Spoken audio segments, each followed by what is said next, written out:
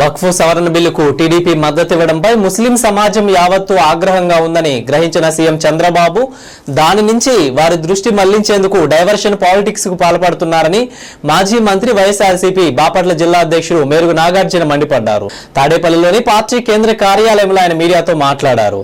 రాజ్యసభలో వైఎస్ఆర్సీపీ వక్ఫ్ సవరణ బిల్లు సందర్భంగా విప్పు జారీ చేయలేదంటూ చంద్రబాబు తన పచ్చమోకతో సోషల్ మీడియాలో దుష్ప్రచారానికి తెగబడడాన్ని తీవ్రంగా ఖండిస్తున్నామన్నారు. మైనార్టీలకు నష్టం జరిగితే ఎట్టి పరిస్థితుల్లో అంగీకరించనని ఎన్నికల సమయంలో చంద్రబాబు చెప్పారని, కానీ ఇప్పుడు వక్ఫ్ సవరణ బిల్లుకు మద్దతు ఇవ్వడం ద్వారా తన నిజ స్వరూపాన్ని బయట పెట్టుకున్నారని మాజీ మంత్రి మేరుగు నాగార్జున చంద్రబాబుపై మండిపడ్డారు.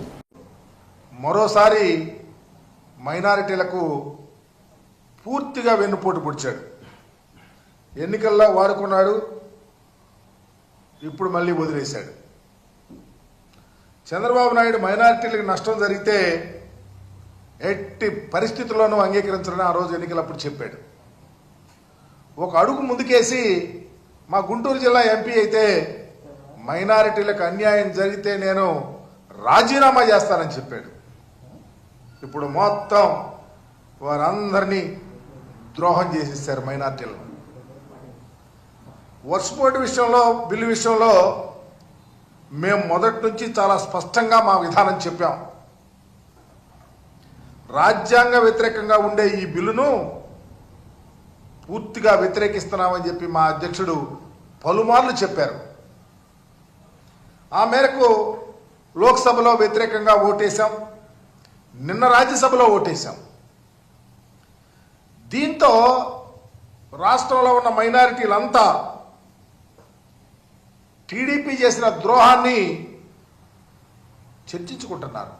ఇంత అన్యాయం చేశారు, చంద్రబాబు నాయుడు ఇంత మోసం చేశాడు, వాడదాటిన దాకా ఓడమల్లన్న, వాడదాటిన తర్వాత బోడిమల్లన్న అనే విధంగా మమ్మల్ని మోసం చేశారని నిలదీస్తుంటే దీన్ని తప్పించుకోవటానికి చంద్రబాబు ఏం చేశాడు? యథావిధి యథారాజా తథా ప్రజ అనే విధంగా డైవర్షన్ పాలిటిక్స్ మొదలైశాడు. దాంతో వైఎస్ఆర్ కాంగ్రెస్ పార్టీ రాజ్యసభలో విప్పు జారీ చేయలేదని, బిల్లు అనుకూలంగా ఓటు వేసిందని నకిలీ వార్తలు సోషల్ మీడియాలో తిప్పుతా ఉన్నాడు. టీడీపీ అనుకూల జర్నలిస్టులు, అనుకూల మీడియా తమ తమ సంస్థల్లో సోషల్ మీడియాలో అకౌంట్లలో తమ తమ మీడియా సంస్థల్లో ఈ ఫేక్ న్యూస్ నడుపుతా ఉన్నారు.